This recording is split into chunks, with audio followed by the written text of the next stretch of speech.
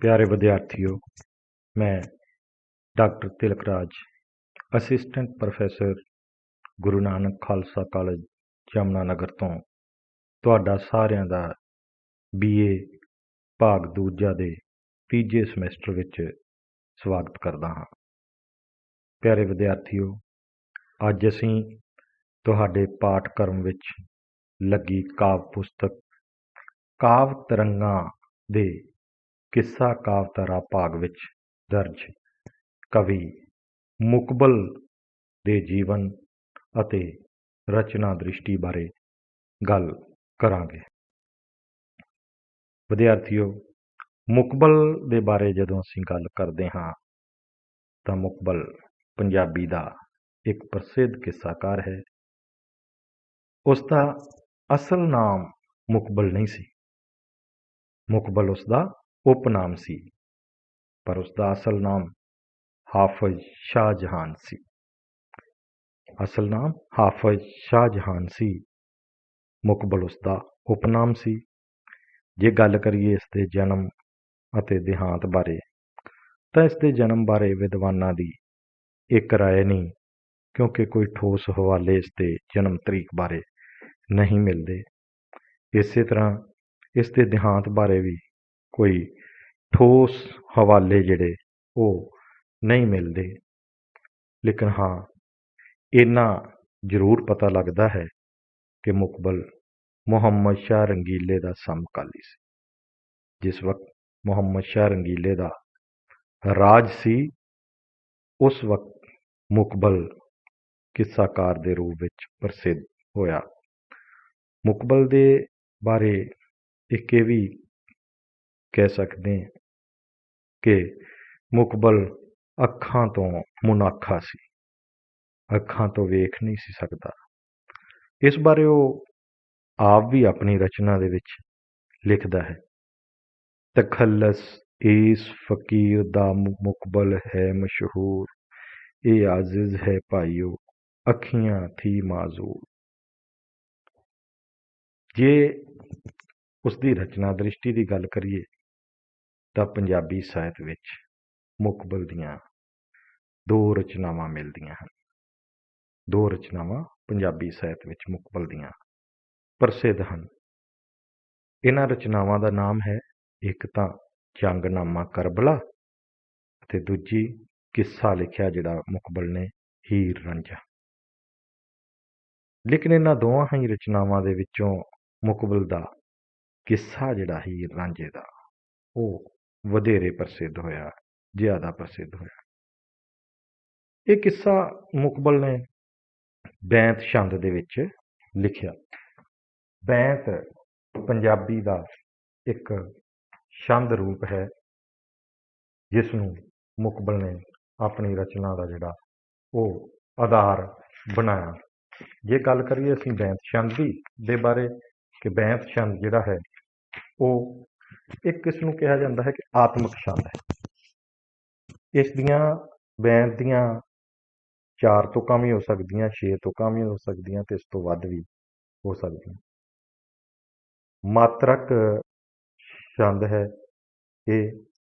ਬੈਂਤ ਦੇ ਵਿੱਚ ਵਧੇਰੇ ਜ਼ਿਆਦਾਤਰ 40 ਮਾਤਰਾ ਜਿਹੜੀਆਂ ਹੁੰਦੀਆਂ ਨੇ ਔਰ 20 ਮਾਤਰਾ ਤੋਂ ਬਾਅਦ ਵਿਸ਼ਰਾਮ ਆਉਂਦਾ ਹੈ। ਕਈ ਵਾਰੀ ਅਗਲੀਆਂ ਮਾਤਰਾਵਾਂ 20 ਜਮਾ 20 ਤੇ ਵਿਸ਼ਰਾਮ, ਤੇ ਕਈ ਵਾਰੀ ਇਹ ਵਿਸ਼ਰਾਮ 21 ਤੇ ਆ ਜਾਂਦਾ ਹੈ ਤੇ ਅਗਲੀਆਂ ਮਾਤਰਾਵਾਂ 19 ਹੋ ਜਾਂਦੀਆਂ ਨੇ, ਤੇ ਕਈ ਵਾਰੀ ਇਹ ਵਿਸ਼ਰਾਮ 19 ਤੇ ਆ ਜਾਂਦਾ, ਅਗਲੀਆਂ ਮਾਤਰਾਵਾਂ 21 ਹੋ ਜਾਂਦੀਆਂ ਨੇ। ਭਾਵ ਕਿ 20 ਜਮਾ 20 ਮਾਤਰਾਵਾਂ ਭਾਵ 20 ਤੋਂ ਬਾਅਦ ਵਿਸ਼ਰਾਮ, ਫਿਰ ਇਸ ਦੇ ਵਿੱਚ 21 ਤੋਂ ਬਾਅਦ ਵਿਸ਼ਰਾਮ ਵੀ ਆ ਸਕਦਾ ਹੈ ਤੇ 19 ਤੋਂ ਬਾਅਦ ਵੀ ਵਿਸ਼ਰਾਮ ਆ ਸਕਦਾ ਹੈ। ਕਈ ਵਾਰੀ ਬੈਂਤ ਜਿਹੜਾ ਉਹ 40 ਮਾਤਰਾ ਤੋਂ ਵਧੇਰੇ 43 ਮਾਤਰਾ ਤੱਕ ਵੀ ਜਿਹੜਾ ਉਹ ਪੁੱਜ ਜਾਂਦਾ। ਜ਼ਿਆਦਾਤਰ ਇਸ ਛੰਦ ਨੂੰ ਜਿਹੜਾ ਬੈਂਤ ਛੰਦ ਨੂੰ ਕਵੀਆਂ ਨੇ ਰੋਮਾਂਟਿਕ ਕਵਿਤਾ ਦੇ ਵਾਸਤੇ ਜਿਹੜਾ ਵਰਤੋਂ ਦੇ ਵਿੱਚ ਲਿਆਂਦਾ ਲਿਖਣ ਲਈ। ਇਸੇ ਤਰ੍ਹਾਂ ਹੀ ਜਿਹੜਾ ਮੁਕਬਲ ਦੇ ਬੈਂਤ ਛੰਦ ਵਾਂਗ ਵਾਰਿਸ ਨੇ ਵੀ ਆਪਣੀ ਹੀਰ ਲਿਖਦਿਆਂ ਬੈਂਤ ਛੰਦ ਦੀ ਵਰਤੋਂ ਕੀਤੀ।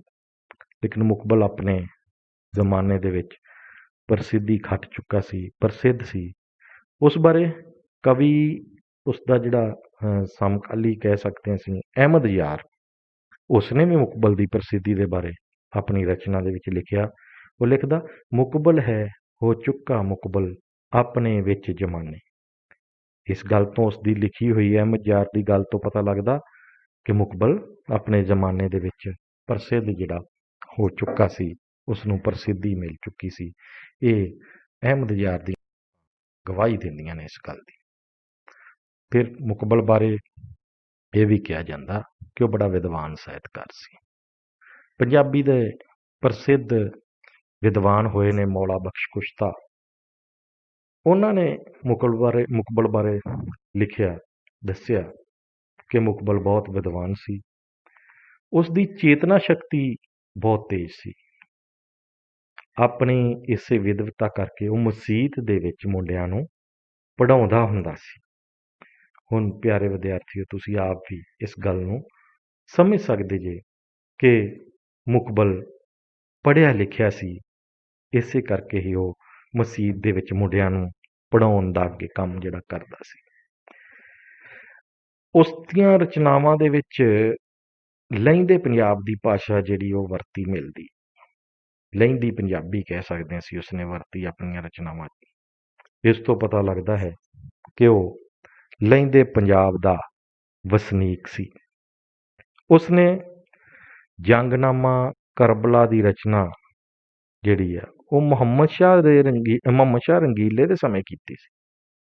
ਇਸੇ ਕਰਕੇ ਅਸੀਂ ਪਹਿਲਾਂ ਵੀ ਕਿਹਾ ਕਿ ਉਸ ਦਾ ਮੁਕਬਲ ਦਾ ਸਮਾਂ ਮੁਹੰਮਦ ਸ਼ਾਹ ਰੰਗੀਲੇ ਦੇ ਸਮੇਂ ਦੇ ਨਾਲ ਸੀ, ਭਾਵ ਉਸ ਦਾ ਸਮਕਾਲੀ ਸੀ ਮੁਕਬਲ। ਤੇ ਜਦੋਂ ਇਸ ਸਮੇਂ ਬਾਰੇ ਗੱਲ ਕਰਦੇ ਹਾਂ, 18ਵੀਂ ਸਦੀ ਦੇ ਪਹਿਲੇ ਅੱਧ ਦਾ ਸਮਾਂ ਬਣਦਾ, ਭਾਵ 1747-48 ਦੇ ਕਰੀਬ ਦਾ ਸਮਾਂ ਜਿਹੜਾ ਇਹ ਬਣਦਾ ਹੈ। ਇੱਥੋਂ ਪਤਾ ਲੱਗਦਾ ਕਿ ਮੁਕਬਲ ਜਿਹੜਾ ਮੁਹੰਮਦ ਸ਼ਾਹ ਰੰਗੀਲੇ ਦਾ ਸਮਕਾਲੀ ਸੀ। ਮੁਕਬਲ ਦੇ ਲਿਖੇ ਕਿੱਸੇ ਹੀਰ ਰਾਂਝੇ ਦੇ ਬਾਰੇ ਜੇ ਗੱਲ ਕਰੀਏ ਤੇ ਉਸਨੇ ਕਿੱਸਾ ਜਿਹੜਾ ਹੀਰ ਰਾਂਝੇ ਦਾ ਉਹ ਬੈਂਤ ਛੰਦ ਵਿੱਚ ਲਿਖਿਆ, ਬੈਂਤਾਂ ਵਿੱਚ ਲਿਖਿਆ। ਬੈਂਤ ਛੰਦ ਬਾਰੇ ਅਸੀਂ ਪਹਿਲਾਂ ਵੀ ਗੱਲ ਕੀਤੀ ਕਿ ਬੈਂਤ ਛੰਦ ਜਿਹੜਾ ਪੰਜਾਬੀ 'ਚ ਕਿਸ ਤਰ੍ਹਾਂ 40 ਜਾਂ 43 ਮਾਤਰਾਵਾਂ ਦਾ ਹੁੰਦਾ। ਇਸ ਬੈਂਤ ਨੂੰ ਮੁਕਬਲ ਨੇ ਵਰਤਿਆ ਤੇ ਇਸ ਬੈਂਤ ਦੀ ਵਰਤੋਂ ਬੇਸ਼ੱਕ ਮੁਕਬਲ ਤੋਂ ਪਹਿਲਾਂ ਵੀ ਕਵੀਆਂ ਨੇ ਕੀਤੀ, ਪਰ ਮੁਕਬਲ ਨੇ ਇਸ ਨੂੰ ਮਾਣ ਸਵਾਰ ਕੇ ਚੰਗੀ ਤਰ੍ਹਾਂ, ਭਾਵ ਉਹਨਾਂ ਨਾਲੋਂ ਵੀ ਵਧੀਆ ਤਰੀਕੇ ਦੇ ਨਾਲ ਜਿਹੜਾ ਇਸ ਨੂੰ ਵਰਤੋਂ ਦੇ ਵਿੱਚ ਲਿਆਂਦਾ।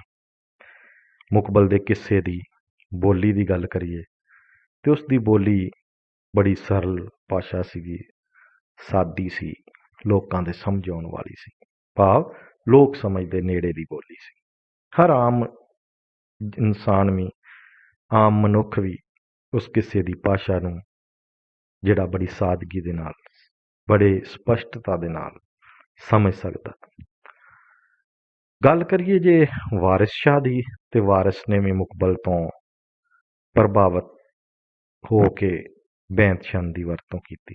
ਪਹਿਲਾਂ ਅਸੀਂ ਇਸ ਕਰਕੇ ਕਹਿ ਸਕਦੇ ਹਾਂ ਕਿ ਮੁਕਬਲ ਤੋਂ ਵਾਰਿਸ ਪ੍ਰਭਾਵਿਤ ਸੀ ਕਿ ਵਾਰਿਸ ਸ਼ਾਹ ਮੁਕਬਲ ਤੋਂ ਬਾਅਦ ਦਾ ਕਿੱਸਾਕਾਰ। ਪਹਿਲਾਂ ਬੈਂਤ ਛੰਦ ਦੀ ਵਰਤੋਂ ਵਾਰਿਸ ਤੋਂ ਪਹਿਲਾਂ ਮੁਕਬਲ ਨੇ ਕੀਤੀ ਤੇ ਵਾਰਿਸ ਨੇ ਬਾਅਦ 'ਚ ਕੀਤੀ। ਇਸ ਲਈ ਕਹਿ ਸਕਦੇ ਹਾਂ ਕਿ ਵਾਰਿਸ ਜਿਹੜਾ ਉਹ ਮੁਕਬਲ ਤੋਂ ਪ੍ਰਭਾਵਿਤ ਸੀ। ਪਰ ਜੇ ਗੱਲ ਕਰੀਏ ਬੈਂਤਾਂ ਦੀ, ਤੇ ਦੋਵਾਂ ਦੇ ਬੈਂਤ ਜਿਹੜੇ ਨੇ ਉਹ ਕਾਫੀ ਹੱਦ ਤੱਕ ਮਿਲਦੇ ਜੁਲਦੇ ਨੇ। ਕਈ ਵਾਰੀ ਨਖੇੜਾ ਕਰਨਾ ਮੁਸ਼ਕਲ ਹੋ ਜਾਂਦਾ ਕਿ ਬੈਂਤ ਵਾਰਿਸ ਦਾ ਲਿਖਿਆ ਹੈ ਜਾਂ ਮੁਕਬਲ ਦਾ, ਪਰ ਫਿਰ ਕਈ ਵਾਰੀ ਆਖਰੀ ਤੁਕ ਦੇ ਵਿੱਚ ਜਦੋਂ ਨਹੀਂ ਪਤਾ ਲੱਗਦਾ ਇਸ ਗੱਲ ਦਾ, ਨਖੇੜਾ ਕਰਨਾ ਜਿਵੇਂ ਮੈਂ ਕਿਹਾ ਮੁਸ਼ਕਲ ਹੋ ਜਾਂਦਾ, ਤੇ ਬੈਂਤ ਦੀ ਆਖਰੀ ਤੁਕ ਦੇ ਵਿੱਚ ਦੋਵਾਂ ਦਾ ਨਾਮ ਹੈ। ਮੁਕਬਲ ਦੇ ਬੈਂਤ ਦੇ ਵਿੱਚ ਮੁਕਬਲ ਦਾ, ਵਾਰਿਸ ਦੇ ਬੈਂਤ ਦੇ ਵਿੱਚ ਵਾਰਿਸ ਦਾ। ਜਿਵੇਂ ਵਾਰਿਸ ਲਿਖਦਾ, ਆਖਰ ਤੇ ਵਾਰਿਸ ਸ਼ਾਹ ਨਾ ਆਦਤਾਂ ਜਾਂਦੀਆਂ ਨੇ, ਭਾਵੇਂ ਕੱਟੀਏ ਪੋਰੀਆਂ ਪੋਰੀਆਂ ਜੀ। ਤੇ ਮੁਕਬਲ ਵੀ ਜਿਹੜਾ ਉਹ ਇਸੇ ਤਰ੍ਹਾਂ ਆਖਰੀ ਲਾਈਨ ਦੇ ਵਿੱਚ ਜਿਹੜਾ ਉਹ ਆਪਣਾ ਉਪਨਾਮ ਮੁਕਬਲ ਉਹ ਲਗਾਉਂਦਾ ਹੈ।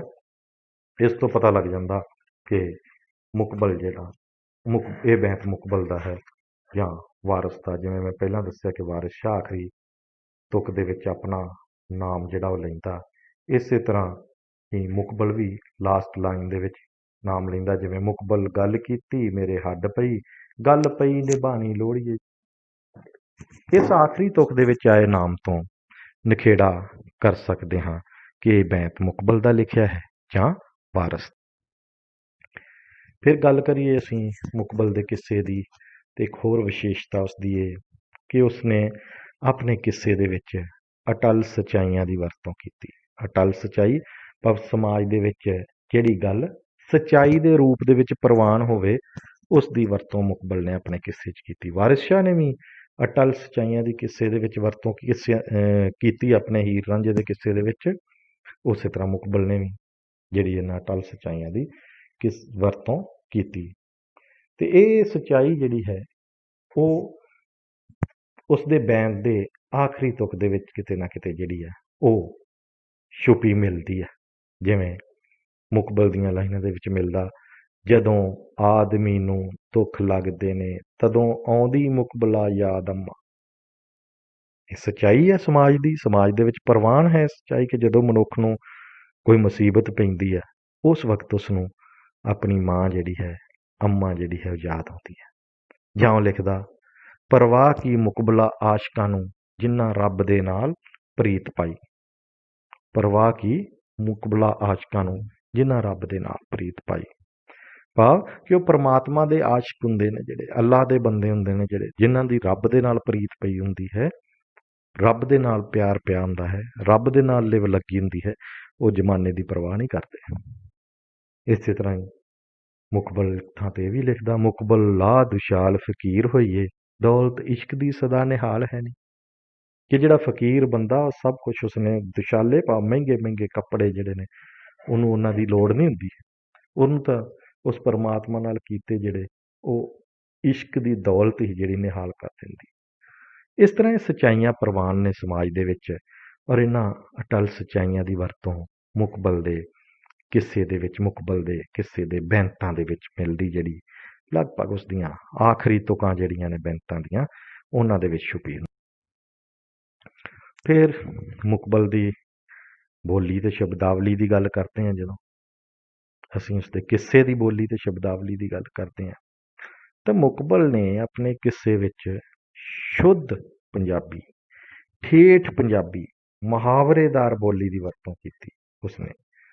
ਭਾਵ ਕਿ ਆਮ ਜਿਹੜੀ ਭਾਸ਼ਾ ਹੈ, ਠੇਠ ਬੋਲੀ ਸਮਝ ਆਉਣ ਵਾਲੇ ਲੋਕਾਂ ਦੇ, ਉਸ ਦੀ ਵਰਤੋਂ ਕੀਤੀ ਆਪਣੇ ਕਿੱਸੇ ਦੇ ਵਿੱਚ। ਭਾਸ਼ਾ ਉਸਦੀ ਜਿਹੜੀ ਹੈ ਉਹ ਬੜੀ ਹੀ ਸੰਯਮ ਭਰਪੂਰ ਹੈ ਤੇ ਸੋਜਾਤਮਕ ਭਾਸ਼ਾ ਦੀ ਵਰਤੋਂ ਕੀਤੀ। ਸੋਜਾਤਮਕ ਸੁੰਦਰ ਭਾਸ਼ਾ ਦੀ ਵਰਤੋਂ ਉਸਨੇ ਜਿਹੜੀ ਕੀਤੀ ਹੈ। ਇਸੇ ਕਰਕੇ ਅਸੀਂ ਕਹਿੰਦੇ ਕਿ ਮੁਕਬਲ ਦੇ ਕਿੱਸੇ ਦੇ ਵਿੱਚ ਜਿਹੜਾ ਉਹ ਅਸ਼ਲੀਲਤਾ ਨਹੀਂ ਦੇਖੀ ਜਾ ਸਕਦੀ, ਕਿਤੇ ਅਸ਼ਲੀਲਤਾ ਨਹੀਂ ਹੈ। ਕਿਉਂ? ਕਿਉਂਕਿ ਉਸਦੀ ਭਾਸ਼ਾ ਜਿਹੜੀ ਉਸਨੇ ਬੜੀ ਸੁੰਦਰ ਸੋਜਾਤਮਕ ਵਰਤੀ, ਬੜੇ ਸੰਜਮ ਦੇ ਨਾਲ ਵਰਤੀ, ਔਰ ਉਸਦੀ ਭਾਸ਼ਾ ਦੇ ਵਿੱਚ ਫਾਰਸੀ ਦੇ ਬੜੇ ਢੁਕਵੇਂ ਸ਼ਬਦ ਜਿਹੜੇ ਉਹਨਾਂ ਦੀ ਬੜੀ ਸੁੰਦਰ ਵਰਤੋਂ ਹੋਈ ਮਿਲਦੀ ਹੈ। ਫਾਰਸੀ ਦੇ ਸ਼ਬਦਾਂ ਦੀ ਵਰਤੋਂ ਉਸਦੇ ਕਿੱਸੇ ਦੇ ਵਿੱਚ ਬੜੇ ਸੁੰਦਰ ਤਰੀਕੇ ਦੇ ਨਾਲ ਹੋਈ, ਢੁਕਵੇਂ ਸ਼ਬਦ ਜਿਹੜੇ ਉਹ ਲਏ ਨੇ। ਫਿਰ ਮੁਕਬਲ ਦੇ ਬੈਂਤ ਜਿਹੜੇ, ਉਹਨਾਂ ਦੀਆਂ ਤੁਕਾਂ ਆਪਣੇ ਬੈਂਤਾਂ 'ਚ ਉਸਨੇ 4-4 ਤੁਕਾਂ ਵਰਤੀਆਂ, ਪਰ 4-4 ਤੁਕਾਂ ਦੇ ਬੈਂਤ ਨੇ ਉਸਦੇ। ਅਸੀਂ ਬੈਂਤ ਛੰਦ ਦੀ ਗੱਲ ਕਰਦੇ ਹਾਂ, ਵਿੱਚ ਗੱਲ ਦੱਸੀ ਸੀ ਕਿ ਬੈਂਤ 4 ਤੁਕਾਂ ਦਾ ਵੀ ਹੁੰਦਾ, 6 ਤੁਕਾਂ ਦਾ ਵੀ, ਇਸ ਤੋਂ ਵੱਧ ਵੀ ਵਰਤ ਲੈਂਦੇ ਨੇ, ਪਰ ਮੁਕਬਲ ਨੇ 4 ਤੁਕਾਂ ਵਾਲਾ ਬੈਂਤ ਜਿਹੜਾ ਉਹ ਉਸਦੀ ਵਰਤੋਂ ਕੀਤੀ ਆ। ਵਾਰਸ ਨੇ ਜਿਹੜਾ ਉਹ ਇਸ ਤੋਂ ਐਸੀ ਬੰਦਿਸ਼ ਜਿਹੜੀ ਉਹ ਕੋਈ ਨਹੀਂ ਰੱਖੀ, ਉਸਨੇ ਵਧੇਰੇ ਤੁਕਾਂ ਦੇ ਬੈਂਤ ਜਿਹੜੇ ਉਹ ਵਰਤੇ। ਸਧਾਰਨ ਜੀਵਨ ਦੇ ਨਾਲ ਸੰਬੰਧਿਤ ਰੂਪਕ ਜਿਹੜੇ ਨੇ, ਬਿੰਬ ਜਿਹੜੇ ਨੇ, ਉਹਨਾਂ ਦੀ ਵਰਤੋਂ ਮੁਕਬਲ ਨੇ ਕੀਤੀ ਹੈ। ਭਾਵ ਕਿ ਆਮ ਜਨ ਜੀਵਨ ਦੇ ਵਿੱਚ ਜਾਣੇ ਪਛਾਣੇ ਜਿਹੜੇ ਬਿੰਬ, ਜਿਹੜੇ ਸਾਡੇ ਅੱਗੇ ਦ੍ਰਿਸ਼ ਪੈਦਾ ਕਰਦੇ ਨੇ, ਐਸੇ ਸ਼ਬਦ, ਬਿੰਬ, ਰੂਪਕ, ਉਹ ਜਿਹੜੇ ਨੇ ਆਪਣੇ ਕਿੱਸੇ ਦੇ ਵਿੱਚ ਉਸਨੇ ਵਰਤੇ ਨੇ। ਭਾਸ਼ਾ ਦੇ ਵਿੱਚ ਬੜੀ ਸਰਲਤਾ ਤੇ ਸਪਸ਼ਟਤਾ ਵੇਖੀ ਜਾ ਸਕਦੀ। ਇਹ ਗੱਲ ਆਪਾਂ ਪਹਿਲਾਂ ਵੀ ਕਰ ਰਹੇ ਕਿ ਉਸਦੀ ਭਾਸ਼ਾ ਜਿਹੜੀ ਆਮ ਮਨੁੱਖ ਦੇ ਸਮਝ ਦੇ ਨੇੜੇ ਦੀ ਭਾਸ਼ਾ ਹੈ, ਸਮਝ ਆਉਣ ਵਾਲੀ ਭਾਸ਼ਾ ਹੈ। ਇਸ ਲਈ ਉਸਦੀ ਭਾਸ਼ਾ 'ਚ ਸਰਲਤਾ ਵੀ ਹੈ, ਸਪਸ਼ਟਤਾ ਵੀ ਹੈ। ਜਿਹੜੀ ਗੱਲ ਕੀਤੀ ਬੜੇ ਸਪਸ਼ਟ ਰੂਪ ਦੇ ਵਿੱਚ ਸਮਝ ਆ ਜਾਂਦੀ, ਔਰ ਬੜੀ ਸਰਲ ਤਰੀਕੇ ਦੇ ਨਾਲ ਉਹ ਆਮ ਜਨ ਮਾਨਸ ਦੇ ਮਨ ਦੇ ਵਿੱਚ ਜਿਹੜੀ ਉਤਰ ਜਾਂਦੀ, ਜ਼ਿਹਨ ਦੇ ਵਿੱਚ ਉਤਰ ਜਾਂਦੀ, ਸਮਝ ਆ ਜਾਂਦੀ। ਉਸ ਦੇ ਕਿੱਸੇ ਦੇ ਵਿੱਚ ਰੋਚਕਤਾ ਵੀ ਹੈ। ਰੋਚਕ ਹੈ ਕਿੱਸਾ, ਭਾਵ ਕਿ ਬੜਾ ਦਿਲਚਸਪੀ ਦੇ ਨਾਲ ਪਾਠਕ ਪੜ੍ਹਦਾ ਹੈ ਕਿ ਮੈਂ ਇਸ ਨੂੰ ਪੜ੍ਹਦਾ ਜਾਵਾਂ, ਇਸ ਨੂੰ ਖਤਮ ਕਰਾਂ, ਆਖਰ ਤੱਕ ਕਹਾਣੀ ਕਿੱਸੇ ਦੀ ਜਿਹੜੀ ਹੈ ਉਹ ਕਾਵਿ ਰੂਪ ਦੇ ਵਿੱਚ ਮੈਂ ਉਹ ਪੜ੍ਹ ਸਕਾਂ। ਐਸੀ ਰੋਚਕਤਾ ਜਿਹੜੀ ਹੈ ਉਸ ਕਿੱਸੇ 'ਚ ਹੈ, ਪਾਠਕ ਦਿਲਚਸਪੀ ਨਾਲ ਪੜ੍ਹਦਾ ਉਸਨੂੰ, ਔਰ ਇਹਦੇ ਨਾਲ ਨਾਲ ਬੜੀ ਵਾਸਤਵਿਕ ਰੰਗਤ ਵੇਖਣ ਨੂੰ ਮਿਲਦੀ, ਭਾਵ ਜਿਹੜੀਆਂ ਸਥਿਤੀਆਂ ਬਿਆਨ ਕੀਤੀਆਂ ਨੇ ਕਿੱਸੇ ਦੇ ਵਿੱਚ ਉਹ ਵਾਸਤਵਿਕ ਲੱਗਦੀਆਂ ਨੇ, ਅਸਲੀ ਲੱਗਦੀਆਂ ਨੇ ਮੁਕਬਲ ਦੇ ਕਿੱਸੇ ਦੇ ਵਿੱਚ ਜਿਹੜੀਆਂ ਵੇਖਣ ਨੂੰ ਮਿਲਦੀ। ਫਿਰ ਅਸੀਂ ਕਿੱਸੇ ਦੇ ਅੰਤ ਦੀ ਗੱਲ ਕਰਦੇ ਹਾਂ ਤੇ ਮੁਕਬਲ ਨੇ ਕਿੱਸੇ ਦੀ ਕਹਾਣੀ ਦਾ ਅੰਤ ਜਿਹੜਾ ਸੁਖਾਂਤਕ ਰੂਪ ਦੇ ਵਿੱਚ ਕੀਤਾ, ਭਾਵ ਕਿ ਕਿੱਸੇ ਦੇ ਵਿੱਚ ਅੰਤ ਦੇ ਵਿੱਚ ਦੁਖਾਂਤ ਨਹੀਂ ਮਿਲਦਾ। ਹੀਰ ਤੇ ਰਾਂਝਾ ਜਿਹੜਾ ਉਹਨਾਂ ਦੀ ਮੌਤ ਨਹੀਂ ਹੁੰਦੀ, ਰੋਂਦੇ ਨਹੀਂ, ਦੁੱਖ ਨਹੀਂ ਹੈ ਕਿਤੇ। ਇਸ ਕਿੱਸੇ ਦੀ ਇਹ ਵਿਸ਼ੇਸ਼ਤਾ ਹੈ ਕਿ ਸੁਖਾਂਤਕ ਕਿੱਸਾ, ਜਿਹੜਾ ਕਿ ਵਾਰਿਸ ਸ਼ਾਹ ਨੇ ਨਹੀਂ, ਵਾਰਿਸ ਸ਼ਾਹ ਦਾ ਕਿੱਸਾ ਦੁਖਾਂਤਕ ਹੈ। ਉਸ ਦੇ ਕਿੱਸੇ ਦੇ ਅੰਤ ਦੇ ਵਿੱਚ ਹੀਰ ਤੇ ਰਾਂਝਾ ਮਰ ਜਾਂਦੇ ਨੇ, ਉਹ ਦੁਖਾਂਤ ਰੂਪ ਦੇ ਵਿੱਚ ਅੰਤ ਕਰਦਾ ਹੈ, ਇਸ ਕਰਕੇ ਉਸ ਦਾ ਕਿੱਸਾ ਦੁਖਾਂਤਕ ਹੈ। ਪਰ ਮੁਕਬਲ ਦੇ ਕਿੱਸੇ ਦੀ ਕਹਾਣੀ ਦਾ ਅੰਤ ਜਿਹੜਾ ਉਹ ਦੁਖਾਂਤਕ ਨਹੀਂ ਹੁੰਦਾ, ਸੁਖਾਂਤਕ ਹੁੰਦਾ।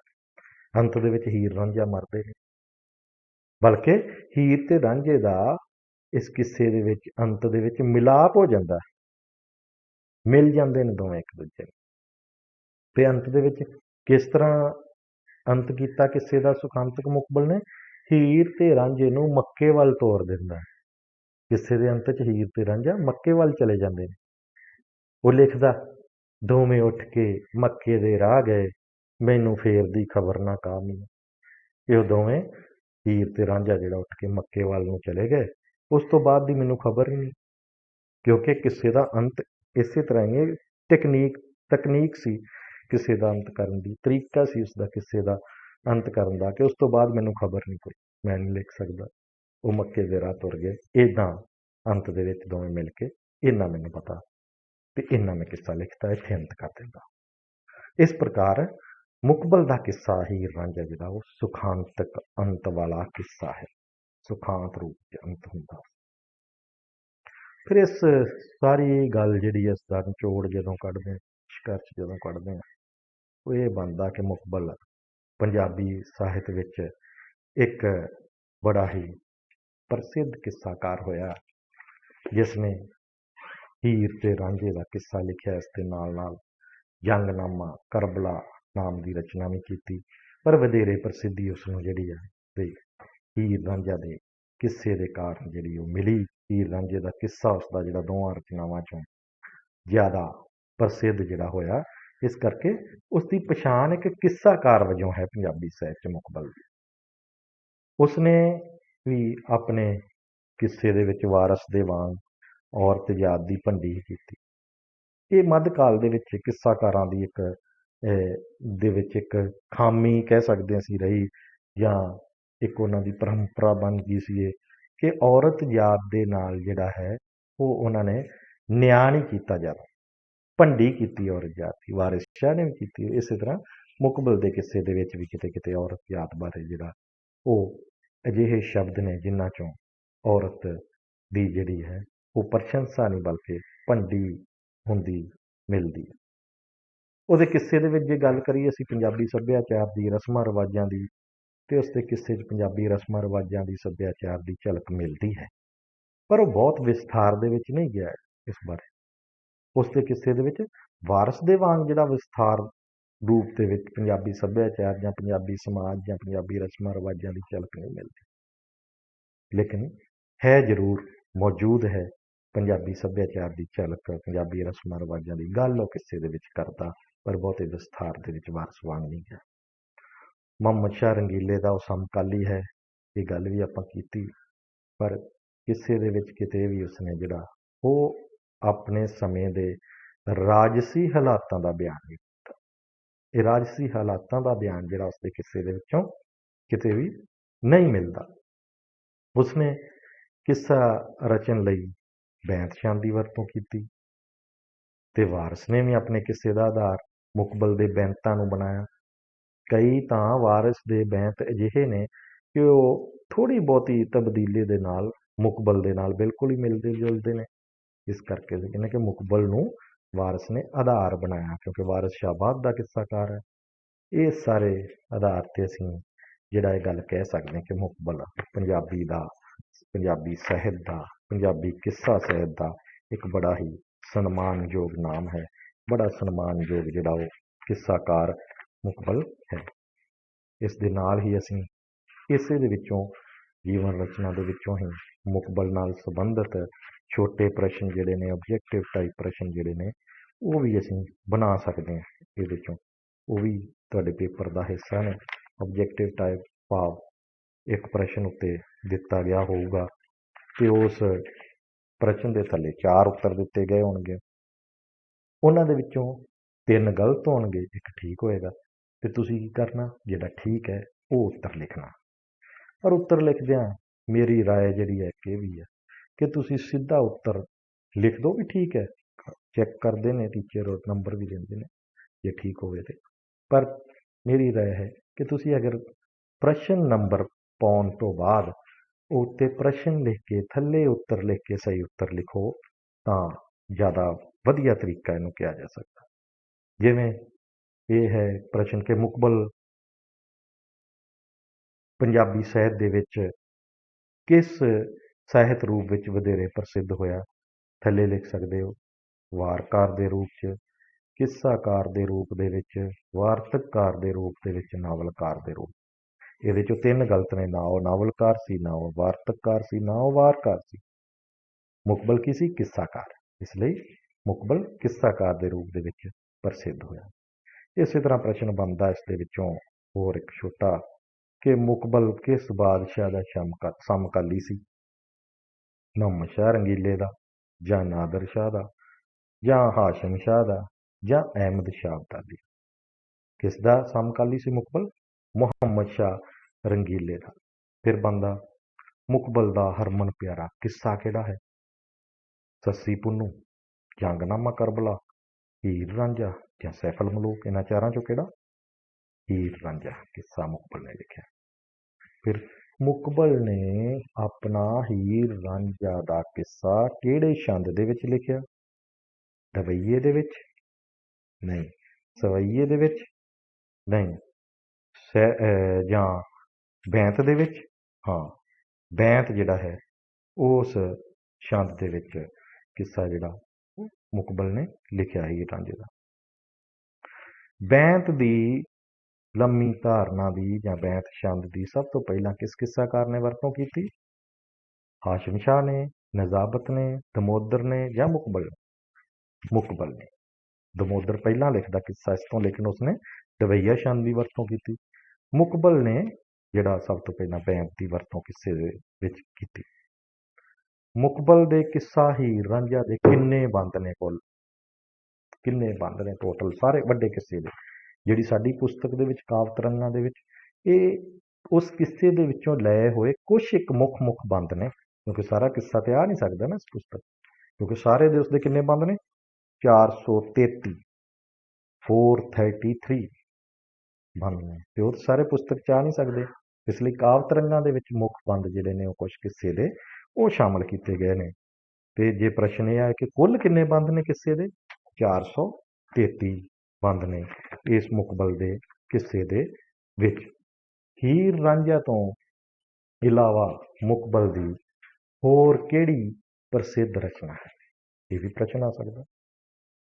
ਹੀਰ ਰਾਂਝਾ ਤੋਂ ਇਲਾਵਾ ਮੈਂ ਦੱਸਿਆ 2 ਰਚਨਾਵਾਂ ਦਾ ਨਾਮ ਲਿਆ ਸੀ।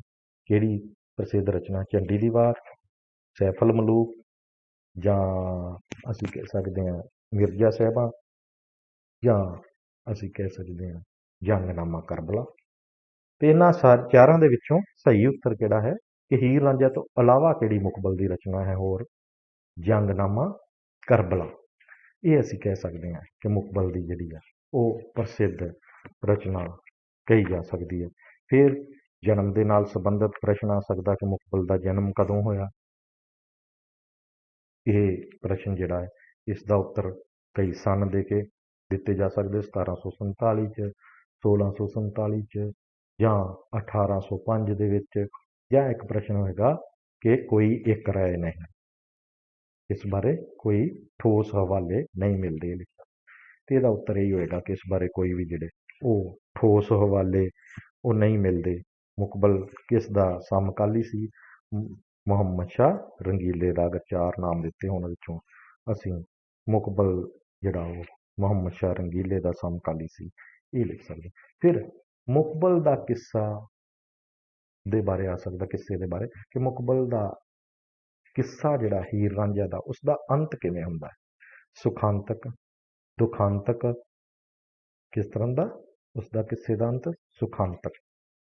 मुकबल दे किस्से दे अंत विच हीर ते रांझे नाल की बनती है? उत्तर एक, हीर ते रांझा मर जांदे ने। उत्तर दो, हीर ते रांझा अपने घर चले जांदे ने। तीन, हीर ते रांझा जिहड़ा वो मक्के वाल चले जांदे ने। चौथा, हीर ते रांझा मुकबल नाल चले जांदे। हुण इन्हां चारां चों सही उत्तर किहड़ा? ना वो मुकबल नाल जांदे, ना वो घर रहिंदे ने, ना वो जिहड़ा होर किते जांदे ने। हीर ते रांझा मक्के वाल जिहड़ा वो चले जांदे ने। इसदा उत्तर ये जिहड़ा बन सकदा। इस तो बाद एक इस प्रश्न दे विच होर भी कि मुकबल ने औरत जात की अपने किस्से दे विच प्रशंसा की है या भंडी की है? इस दे बारे असीं यही प्रश्न जिहड़ा उत्तर जिहड़ा वो बनदा इस प्रश्न का कि मुकबल ने अपने किस्से च औरत जात की जिहड़ी है वो भंडी की है। फिर एक होर प्रश्न बनदा कि मुकबल मसीत विच की करन जांदा सी? ਇਹਦੇ उत्तर ਜਿਹੜੇ बनते हैं नमाज पढ़न, कुरान सीखण ਜਾਂ पढ़न वास्ते ਜਾਂਦਾ ਸੀ ਜਾਂ ਮੁੰਡਿਆਂ ਨੂੰ ਪੜ੍ਹਾਉਣ ਵਾਸਤੇ ਜਾਂਦਾ ਸੀ।